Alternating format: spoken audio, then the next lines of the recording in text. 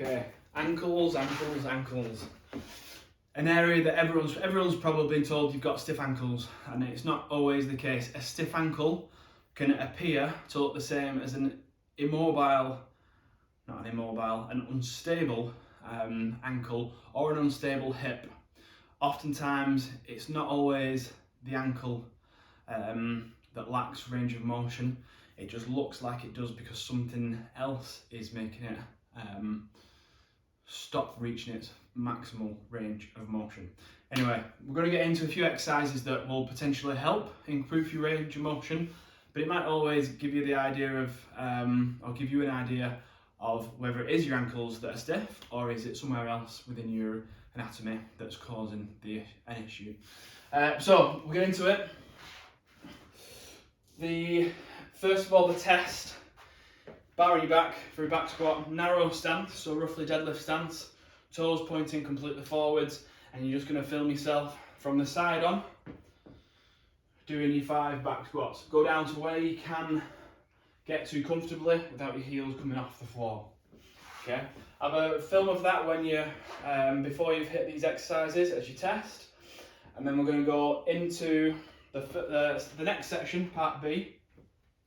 We've got some calf stretches over on the wall, and then we've got some toe touches. So a pretty simple calf stretch, hands on the wall, and then I'm going to stretch this foot. I'm going to do that by driving the other knee forward. And we've got 10 both sides. So then rotate, just driving the other knee forward, keeping this heel down here, keeping it on the floor. And then we're going to go rotations. So we're going to open and close, open and close. Same on the other side. And then we go into the forwards toe touches. So what that is, if I go side on to you, if you stand on a line, you're just going to go forward, keep the heel planted, reach forward as far as you can, and come back.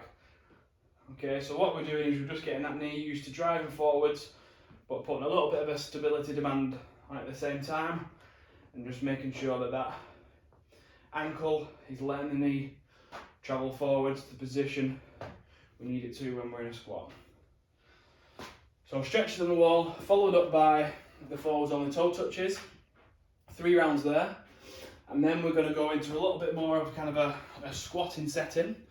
We're going to do walking lunges with a forward knee drive. So we're hitting that same position in the squat with the knee. So as we lunge forward, we're going to drive this knee forward here and then come up. So lunge, drive the knee forward, try and get it over the toe as much as we can whilst keeping the heel down, and then come up. It's quite a slow lunge. Get 10 of those reps done, and then we're going to try and do the same thing then on a box. So foot fully on the box, 20 inches will do, don't need to go any higher.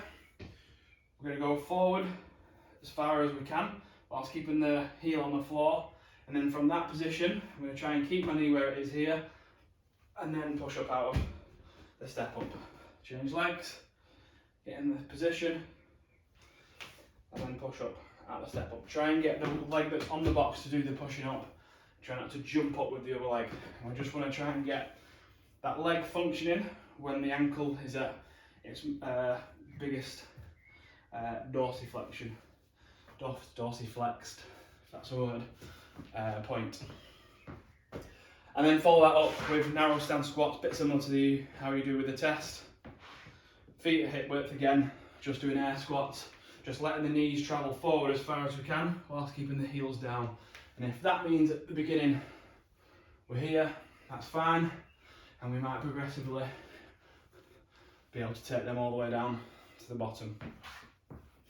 Finish it off with a retest with the back squats, and yeah, see how they've gone.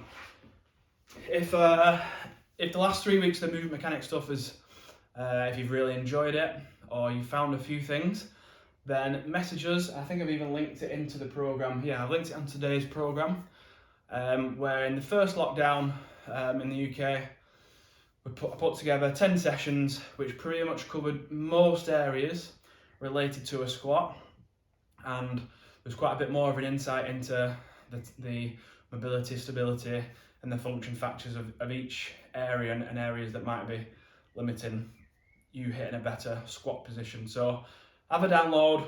It's not a program that's just going to tell you what to do, although there is examples. It's more a program for you to sit there, watch, try out, make some notes, and figure out kind of, you can get a 10 to 15, 20-minute routine based off those sessions, which is going to give you kind of a good warm-up routine and even a good accessory or pre-ab routine, just to get you moving a little bit more efficiently in a squat, and also understanding your body and understanding what may be the limiting factors you have in movement, rather than just kind of, you know, taking a guess. And it's a very valuable tool if you can understand it and you do understand your body. You don't have to rely on physios whenever anything goes wrong, and you can usually start to figure things out yourself based off kind of what you learn from what I go through in the program. So yeah, if you enjoy the movement mechanics stuff, get that downloaded, sit there on a rest day, give it a good watch, make some notes, and let me know how you get on.